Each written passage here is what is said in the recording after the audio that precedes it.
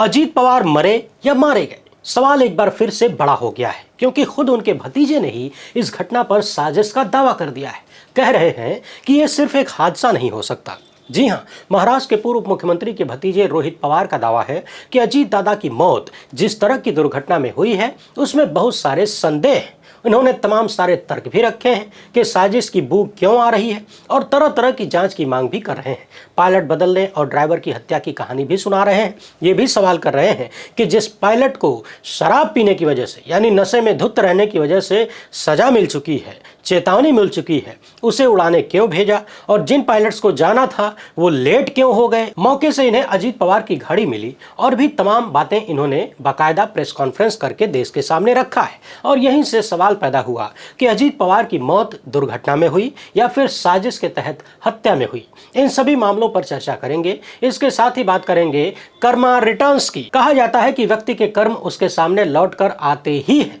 हम जो खड्डा दूसरों के लिए खोदते हैं, एक न एक दिन उसमें खुद जाके गिरना पड़ता है, हाथ पांव तोड़वाना पड़ता है। अब चर्चा हो रही है कि भक्तों के विश्वगुरु के साथ भी कुछ ऐसा ही हो गया है। उधर भाजपा के एक सांसद हैं गिरिराज सिंह। इन्होंने भारत के पहले प्रधानमंत्री पंडित नेहरू की कुछ महिलाओं के साथ तस्वीरें शेयर की और इन्हीं तस्वीरों के सहारे आदतन गंदगी फैला रहे हैं। तो आज हम पंडित नेहरू को लेकर फैलाई जा रही तमाम तस्वीरों का सच भी जानेंगे और देखेंगे कि भाजपाई मानसिकता किस कदर घटियापन के शिखर पर खड़ी हो चुकी है। और सवाल भी ये करेंगे कि आखिर कांग्रेस वाले इतने सन्नाटे में क्यों रहते हैं, मुकदमाबाजी क्यों नहीं करते और कैसे यहां भी कर्म का फल मिलता हुआ दिख रहा है। एकदम टकटकी लगाकर देखिएगा। आगे बढ़ने से पहले आप सभी से एक छोटी सी अपील है। पहली बार है तो चैनल को सब्सक्राइब करके घंटी बजा दीजिएगा टन से। हर एक वीडियो को लाइक और शेयर करना आपकी जिम्मेदारी है। इसके अलावा आपको पता है कि हम किसी धन्ना सेठ या राजनीतिक दल के दम पर चलते नहीं, तभी खुलकर आपके मुद्दों पर बात हो पाती है। हमारा काम पसंद आता हो तो इस QR कोड या फिर मोबाइल नंबर का प्रयोग करते हुए जो भी हो सके आर्थिक सहयोग भेजने का प्रयास जरूर करें। बहुत बहुत धन्यवाद। पिछले कई साल से प्रधानमंत्री मोदी की डिग्री से जुड़ी जानकारी सार्वजनिक करने की मांग चल रही है। आम आदमी पार्टी के नेता संजय सिंह से लेकर RTI कार्यकर्ता नीरज शर्मा और वकील मोहम्मद इरशाद ने तमाम अपीलें दायर की। अब इस मामले में दिल्ली विश्वविद्यालय ने दिल्ली हाईकोर्ट में कहा है कि ये अपीलें खाली इस मुद्दे को सनसनीखेज बनाने की कोशिश हैं, इसमें कोई दम नहीं है। आपको बता दें कि दिल्ली विश्वविद्यालय की तरफ से आपके टैक्स के पैसे से चलने वाले सॉलिसिटर जनरल तुषार मेहता पेश हुए थे और प्रधानमंत्री की डिग्री सार्वजनिक करने के मामले पर कहने लगे कि खाली सनसनी पैदा करने के लिए ये लोग प्रधानमंत्री की डिग्री चाहते हैं, डाटा चाहते हैं और कुछ नहीं है। बाकी ये प्रोसेस लंबा चल चुका है और ऐसा लगता है कि जब तक विश्वगुरु कुर्सी पर रहेंगे कुछ भी सामने आएगा नहीं। मोटा मोटी लगभग 10 साल बताए जाते हैं कि हो गया डिग्री की मांग करते हुए और नॉन बायोलॉजिकल लोग डिग्री नहीं दिखा पा रहे। अब तो लोग कहने लगे हैं कि जो व्यक्ति अपनी डिग्री नहीं दिखा पा रहा हो और डिग्री छुपाने में न जाने कितने करोड़ रुपया जनता के टैक्स के पैसे का फूंक दिया गया हो। आप कहेंगे कि कैसे?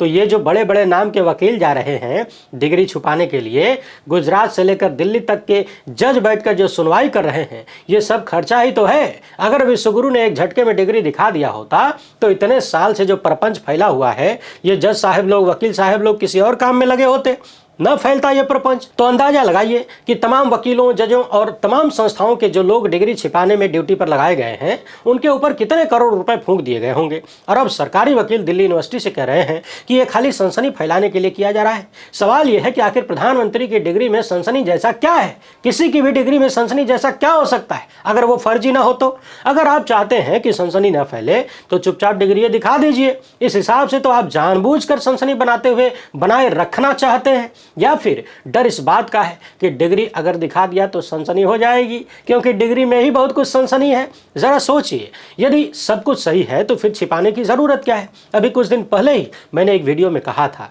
कि ऐसा लगता है हुजूर की आगे की बुढ़ौती खाली छिपाने में ही गुजर जाएगी। ये फाइल दबा दो, वो फाइल दबा दो, डिग्री छुपा लो, वही खाता दबा लो, यही करते करते पूरी उम्र निकल जाएगी।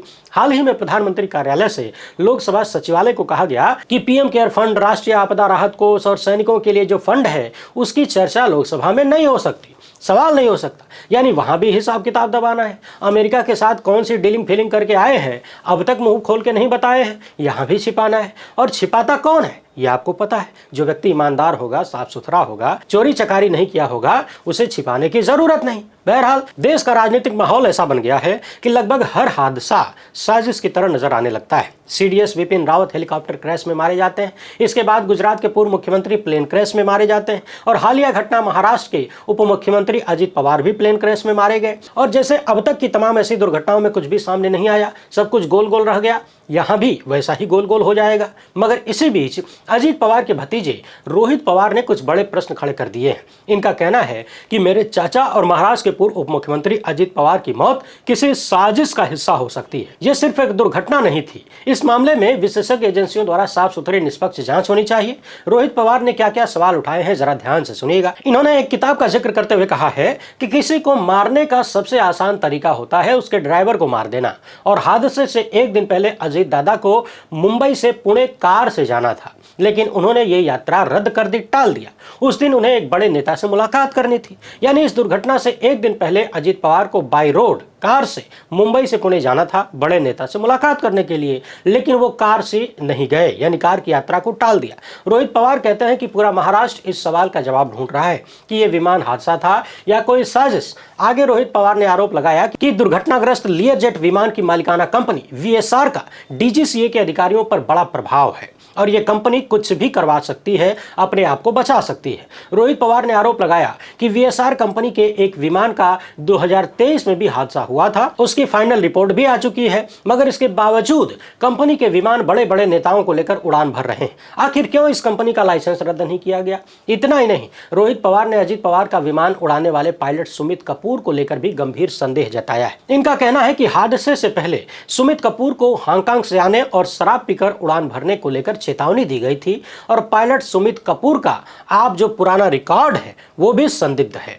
यानी जो पायलट अजित पवार के जहाज को उड़ा रहे थे वो अतीत में भी शराब पीने को लेकर यानी नशा करने को लेकर 3 साल का निलंबन झेल चुके हैं। यानी अजित पवार का प्लेन ऐसा पायलट उड़ा रहा था जो शराब का सेवन करने के लिए 3 साल तक सस्पेंड किया गया था, और हादसे से ठीक पहले एक बार फिर से चेतावनी दी गई थी। भतीजे रोहित पवार ने यह भी सवाल उठाया है कि अंतिम क्षणों में विमान का ट्रांसपोंडर जानबूझकर बंद किया गया था या नहीं, पता लगाया जाना चाहिए। आप जान लीजिए कि विमान का ट्रांसपोंडर एक इलेक्ट्रॉनिक डिवाइस होता है जो विमान की पहचान और जानकारी रेडार और एयर ट्रैफिक कंट्रोल को भेजता है। जैसे कोई विमान हवा में उड़ रहा है तो उसकी पहचान क्या है, उसका नंबर वगैरह क्या है, जानकारी देता है, कितनी ऊंचाई पर उड़ रहा है, विमान की स्थिति क्या है, फ्लाइट नंबर क्या है, स्पीड क्या है, ये सब कुछ वो रेडार को और एयर ट्रैफिक कंट्रोल को भेजता है। रोहित पवार ने इसी को लेकर सवाल उठाया है कि दुर्घटना से ठीक पहले ट्रांसपोंडर को जानबूझकर बंद किया गया था या नहीं, यानी क्या इसे जानबूझकर बंद किया गया था, इसका पता लगाया जाना चाहिए। इतना ही नहीं, रोहित पवार ने यह भी सवाल किया है कि इस विमान को मूल पायलट यानी पहले से जो पायलट उड़ाने वाले थे उनका नाम था साहिल मदान और यश, लेकिन ट्रैफिक जाम की वजह से ये लोग देर से पहुंचे। इसी बीच इनका सवाल यह भी है कि सुमित कपूर और संभावी पाठक हवाई अड्डे पर कैसे पहुंचे, क्या वो आसपास ही रहते थे? यानी इस जहाज को साहिल मदान और यश नाम के पायलट उड़ाने वाले थे, मगर ट्रैफिक जैम की वजह से कथित रूप से ये लोग देर से पहुंचे और तभी सुमित कपूर और संभावी पाठक इसे लेकर निकल पड़े। रोहित पवार का कहना है कि पाठक को कपूर की तुलना में लियरजेट उड़ाने का अधिक अनुभव था, लेकिन जब विमान एक तरफ झुका तो कपूर चुप रहे। पवार का सवाल है कि मुश्किल रनवे 11 और दृश्यता की यानी विजिबिलिटी की समस्या के बाद भी लैंडिंग का प्रयास क्यों किया गया, यानी जब नीचे दिख नहीं रहा था तो लैंडिंग क्यों की गई। रोहित पवार ने यह भी दावा किया है कि अजित पवार अपने राजनीतिक सलाहकार को हटाने वाले थे और पायलटों की जो लिस्ट बदल रही थी वो भी संदिग्ध थी। भतीजे रोहित ने घटनास्थल पर अजित पवार की घड़ी भी देखी जो हमेशा 15 मिनट आगे रहती थी, इसीलिए अजित पवार के बारे में कहा जाता है कि वो हमेशा टाइम के पाबंद थे। इसके अलावा उन्होंने बुकिंग करने वाली कंपनी एरो वीआरएस और पायलट सुमित कपूर पर भी गंभीर संदेह जताया है। रोहित पवार का कहना है कि सभी विशेषज्ञ एजेंसियों द्वारा इस मामले की विस्तृत जांच की जानी चाहिए। इसमें भारतीय एजेंसियों के अलावा राष्ट्रीय परिवहन सुरक्षा बोर्ड, नागरिक विमानन सुरक्षा जांच एवं विश्लेषण ब्यूरो तथा ब्रिटेन की विमान दुर्घटना जांच शाखा भी शामिल है। रोहित पवार का कहना है कि सीआईडी के पास इस हादसे की पूरी जांच करने का अधिकार नहीं है। इसके साथ ही रोहित पवार ने अब पवार फैमिली के एक होने का संदेश भी दिया है। इनका कहना है कि अजीत पवार की इच्छा थी कि पूरा परिवार एक साथ आए, चाहे सुप्रिया ताई हो या पवार साहब, हम सब ये कोशिश कर रहे हैं कि पूरा परिवार एक साथ रहे। यानी कुल मिलाकर अजीत पवार की मौत के बाद जो पहला संदेह पैदा हुआ था वो अब अलग अलग रूप में सामने आ रहा है। खुद उनके भतीजे ने तमाम सारे प्रश्न उठाए हैं। इन सवालों का जवाब कब और किस रूप में मिलेगा, आपको कितनी उम्मीद है, कमेंट करके बताइएगा। और अब इधर नजर दौड़ाइए, यह है भाजपा के सांसद गिरिराज सिंह, केंद्रीय मंत्री भी हैं, मगर इनकी जबान से कभी भी आपके हित का कोई शब्द नहीं फूटता। कभी हिंदू मुसलमान, कभी भारत पाकिस्तान, कभी मंदिर मस्जिद, तो कभी कब्रिस्तान, हमेशा यही सब करते रहते हैं और ऐसा ऐसा झूठ परोसते हैं जिसे कोई भी पकड़ ले। अब देखिए, इस तरह की तस्वीरें दिखाकर कह रहे हैं कि मैं इस पोस्टर के बारे में क्या बोलूं। पोस्टर खुद ही कह रहा है कि नेहरू जी ने किस तरीके से देश को अपमानित करने का काम किया, अपनी आकांक्षाओं और कामनाओं के लिए देश को गिरवी रखा, कश्मीर को गिरवी रखा, पीओके को छोड़ दिया, देश को गिरवी रख दिया। और नरेंद्र मोदी ऐसे प्रधानमंत्री निकले जो पूरी दुनिया में भारत की मान मर्यादा को बढ़ाने का काम कर रहे हैं। आप भी इन तस्वीरों को ध्यान से देख लीजिए। प्रथम दृष्टया यदि कोई व्यक्ति गिरिराज सिंह और भाजपाई मानसिकता को नहीं जानता पहचानता होगा तो वो इन तस्वीरों को देखकर कोई भी अर्थ निकाल सकता है, लेकिन आप इन तस्वीरों की हकीकत जान लीजिए। इस पोस्टर के माध्यम से ऑल्ट न्यूज ने बाकायदा इन तस्वीरों की जांच की और बताया कि इनमें से जो पहली तस्वीर है वो एआई द्वारा बनाई गई है। दूसरी तस्वीर जिसमें पंडित नेहरू को महिला चूमती हुई नजर आ रही है, एक महिला को पंडित नेहरू गले लगाते हुए नजर आ रहे हैं और इन्हें दिखाकर गिरिराज सिंह दावा कर रहे हैं कि कश्मीर का सरेंडर अंबेडकर की हार पर सरेंडर। मगर हकीकत यह है कि इन तस्वीरों में जो महिलाएं हैं इनमें से एक पंडित नेहरू की भतीजी है और दूसरी उनकी बहन है। यानी पारिवारिक अपनापन और घरेलू स्नेह को भाजपा के केंद्रीय मंत्री सरेआम अपमानित कर रहे हैं। इनके दूसरे हाथ में जो तस्वीर है जिसे ये अंग्रेजों की बाहों में नेहरू का सरेंडर बता रहे हैं, एआई द्वारा फर्जी तस्वीर बनाई गई है। और जो चौथी तस्वीर है जिसमें पंडित नेहरू सिगरेट जलाते हुए दिख रहे हैं, इसका सच भी जान लीजिए। साल 2017 में ही मोहम्मद जुबैर ने, ऑल्ट न्यूज ने इस तरह की तमाम तस्वीरों पर रिसर्च किया, उनकी जांच किया, क्योंकि आपको पता है हमारे विश्वगुरु अपनी लकीर बड़ी नहीं कर पाए तो उन्होंने सामने वाले की लकीर को काटने का प्रयास किया है और करवाया है। इसी के तहत पंडित नेहरू से लेकर राहुल गांधी तक सबको झूठ के सहारे बदनाम करने का प्रयास किया जाता है। और सिर्फ इसी परिवार को नहीं, विपक्ष के तमाम नेताओं को कभी टोटी चोर, कभी चारा चोर, कभी मुल्ला मुलायम, कभी दौलत की बेटी, तमाम शब्दों से बुलाया जाता है, अपमानित किया जाता है। लेकिन कहा जाता है कि कर्मा रिटर्न, कर्म का फल कैसे मिलता है उस पर आएंगे, लेकिन पहले इन तस्वीरों को देख लीजिए। कई साल पहले भाजपा आईटी सेल के मुखिया अमित मालवीय ने ये ढेर सारी तस्वीरें एक साथ कोलाज बनाकर सोशल मीडिया पर प्रस्तुत किया था साल 2017 में। यानी मोटा मोटी 10 साल हो गए, लेकिन इन लोगों की हरकतें बंद नहीं हुई। पंडित नेहरू के बारे में गलत मानसिकता फैलाने का प्रयास इन लोगों ने किया। इन तस्वीरों को ऑल्ट न्यूज ने एक एक करके जांच की और बताया कि तस्वीरों की हकीकत क्या है। पहली फोटो देखिए, यहाँ सार्वजनिक रूप से नेहरू के गाल पर चुंबन करती हुई एक महिला है। इन महिलाओं को अक्सर भाजपाई लोग विदेशी बताकर बदनाम करने की कोशिश करते हैं, मगर ये पंडित नेहरू की बहन विजय लक्ष्मी पंडित हैं और 1949 में ये संयुक्त राज्य अमेरिका में भारत की राजदूत थी। पंडित नेहरू राज्य की यात्रा पर अमेरिका पहुंचे थे तो वे उनका स्वागत करने गई थीं। यानी हजारों मील दूर अपने भाई को देखकर एक बहन सप्रेम चूमने लगती है। साल 1949 में उस तस्वीर को नफरती चिंटू 70-80 साल बाद भाई बहन के रिश्ते को बदनाम करने के लिए प्रयोग कर रहे हैं। वैसे ये कोई नया नहीं है। अभी राहुल गांधी और प्रियंका गांधी की तमाम तस्वीरों को ये लोग कैसे प्रस्तुत करते हैं वो भी आपने देखा है। हालांकि आज की जनरेशन दोनों भाई बहन को पहचानती है, सामने से देखती है, तो ये लोग इतना झूठ नहीं बोल पाते कि ये विदेशी लड़की है या विदेशी लड़का है, नहीं तो वो भी बोल देते और हो सकता है कुछ दशक बाद बोलना भी शुरू कर दे। अब इस तस्वीर को देखिए, ये किसी लाइट मोमेंट में पंडित नेहरू और एडविना माउंटबेटन हंसी ठिठोली कर रहे हैं। इसके भी ढेर सारे अर्थ निकाल लिए जाते हैं। ये तस्वीर देखिए, जब पंडित नेहरू की बहन रूस में राजदूत थी और हवाई अड्डे पर उनके भाई नेहरू उनका स्वागत करने गए तो उन्होंने अपनी बहन को गले लगा लिया। इसमें भी भाजपाइयों को चरित्रहीनता नजर आती है, अय्यासी नजर आती है। आगे देखिए, इस तस्वीर में पंडित नेहरू सिगरेट जला रहे हैं। धूम्रपान सेहत के लिए हानिकारक है, नहीं करना चाहिए, मगर इस देश में करोड़ों लोग करते हैं। बड़े बड़े स्टार इसका प्रचार भी करते हैं और ज्यादा सातिर नेता लोग चुपचाप करते हैं, गुपचुप कमरों में बंद होकर नशा करते हैं। कौन जानता है बड़े बड़े नाम वाले भीतर भीतर कौन कौन सा गुल खिला रहे हैं, कौन कौन सा नशा करते हैं। मगर सिगरेट जलाना दिखाकर पंडित नेहरू को गालियां दी जाती हैं। इस फोटो को देखिए, इसे लेकर भी भाजपा के लोग अपने विचारों का प्रदर्शन करते हैं, मगर हकीकत यह है कि यह तस्वीर 1948 की है। जो महिला है उनका नाम है मृणालिनी साराभाई और ये महिला पंडित नेहरू से दो संबंधों में आती थी। पहला, मृणालिनी की माता एक स्वतंत्रता सेनानी थी और राजनीतिज्ञ भी थी, जो कि पंडित नेहरू को अच्छी अच्छे से जानती थी। वहीं मृणालिनी के पति विक्रम साराभाई के परिवार से भी पंडित जी के घनिष्ठ संबंध थे और साराभाई ने मिंट को बताया, अपना दुख साझा किया, यानी पत्रकारों से बताया कि उन दिनों कथकली को ज्यादा मान्यता नहीं थी। खासकर दिल्ली में बहुत कम लोग इसको देखते थे, इसकी सराहना करते थे। लेकिन पंडित जी ये कार्यक्रम देखने आए थे और बाद में मुझसे मिलने भी आए। उन्होंने मुझे गले लगाया, बधाई दी और हमारी ये तस्वीर कैमरे में कैद हुई। लेकिन मुझे कभी भी ये अंदाजा नहीं था कि 70 साल बाद कुछ विकृत मानसिकता के लोग इस तस्वीर को फैलाकर मुझे और पंडित जी को बदनाम करेंगे।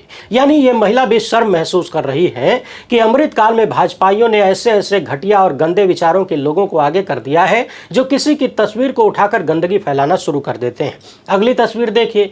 जैकलिन कैनेडी ने 1962 में भारत का दौरा किया था। ये अमेरिका की प्रथम महिला थी और पंडित नेहरू औपचारिक तौर पर तिलक लगाकर उनका स्वागत कर रहे हैं। अगली तस्वीर में दिख रहा है कि पंडित नेहरू खुद भी अपने मुंह में सिगरेट दबाए हुए हैं और हवाई जहाज के भीतर ब्रिटिश उप उच्चायुक्त की पत्नी के लिए सिगरेट जला रहे हैं। आप यूं भी देखिए, अक्सर यह सम्मान जताने का तरीका भी होता है। आप किसी को कॉफी या चाय का कप उठाकर ऑफर कर देते हैं, कोई सामने वाले की सिगरेट जला देता है अपने लाइटर से, देसी लोग एक दूसरे की बीड़ी जला देते हैं और बहुत सारे लोग खैनी ठोक के रगड़ के रिश्तेदार को खिला देते हैं। यानी आम सी चीज को विकृत मानसिकता और गंदी सोच के लोग किस तरह से प्रस्तुत कर सकते हैं, उसके उदाहरण देख लीजिए। एक तस्वीर ये भी है, इसमें एडविना माउंटबेटन की 18 साल की बेटी है। जब ये लोग नई दिल्ली से विदाई ले रहे थे तो पंडित नेहरू वहां मौजूद थे और विदा कर रहे थे। इस तस्वीर में भी भाजपाइयों को गंदगी नजर आ जाती है। ये तस्वीर देखिए, 1955 की है। लंदन हवाई अड्डे पर पंडित नेहरू को एक महिला पीछे से चूम रही है।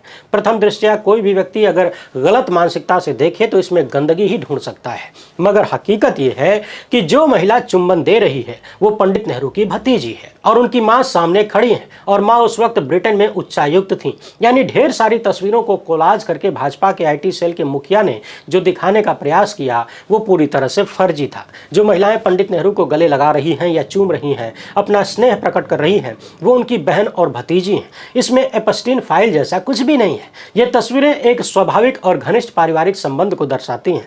पंडित नेहरू और उनका परिवार हमेशा से खुले विचारों का माना जाता है। उच्च कोटि की शिक्षा प्राप्त लोग थे। भला उन्हें क्या मालूम था कि 2014 के बाद देश में इतना पढ़ा लिखा आदमी सत्ता में आ जाएगा और ऐसा अमृतकाल लाएगा कि जब चाचा भतीजी और बहन भाई के रिश्तों को भी तार तार कर दिया जाएगा। लेकिन कहा जाता है ना कि हम जो खड्डा दूसरों के लिए खोदते हैं एक न एक दिन खुद उसमें गिरना ही पड़ता है। जो लोग पिछले कितने ही साल से विपक्ष के नेताओं को बदनाम करने की कोशिश कर रहे हैं, तमाम झूठ तैयार करके फरेबी तरीके से लांछन लगाते हैं, उन पर दुनिया के सबसे जघन्य अपराधी कहे जाने वाले जेफरी एपस्टीन से कथित संबंधों के आरोप लग रहे हैं। सोचिए, छोटी छोटी बच्चियों को वेश्यावृत्ति में यह व्यक्ति ढकेलता था, उनका यौन शोषण खुद भी करता था और दुनिया भर के बड़े बड़े लोगों को बुलाकर करवाता था और बाद में उन बड़े बड़े लोगों का शोषण करता था। और यह सब कुछ करने कराने वाला व्यक्ति मोदी के बारे में बातचीत करता है और इनके करीबी लोगों के साथ उसके तरह तरह से मेलजोल नजर आते हैं। बार बार आरोप लग रहा है कि एपस्टीन फाइलों में ऐसा बहुत कुछ है जो खुल गया तो बहुत कुछ बचेगा नहीं, 75 साल की बढ़ोतरी में सब कुछ बर्बाद हो जाएगा। खुद राहुल गांधी ने आरोप लगाया है कि फाइलों में अभी बहुत कुछ है और उन्हीं को दबाने छुपाने के लिए इन्होंने चुपचाप अमेरिका से डर के ट्रंप के साथ डील कर लिया। ट्रंप ने जो कुछ कहा सब कुछ मान लिए और भारत को गिरवी रख दिया। और अभी 2-4 दिन पहले ट्रंप ने खुद ही कहा कि मैं चाहूं तो मोदी का पॉलिटिकल करियर खत्म कर दूं। अब आप सोचिए कि ट्रंप के पास ऐसा क्या है जो मोदी का पॉलिटिकल करियर खत्म हो सकता है। अपना जवाब कमेंट बॉक्स में जरूर लिखिएगा और बताइएगा कि कर्म फल मिल रहा है कि नहीं। वीडियो पसंद आई हो तो ज़्यादा से ज़्यादा लोगों तक पहुंचाएं। पहली बार है तो चैनल को सब्सक्राइब कर लीजिए। हमसे जुड़ने के लिए बहुत बहुत धन्यवाद। जय हिंद।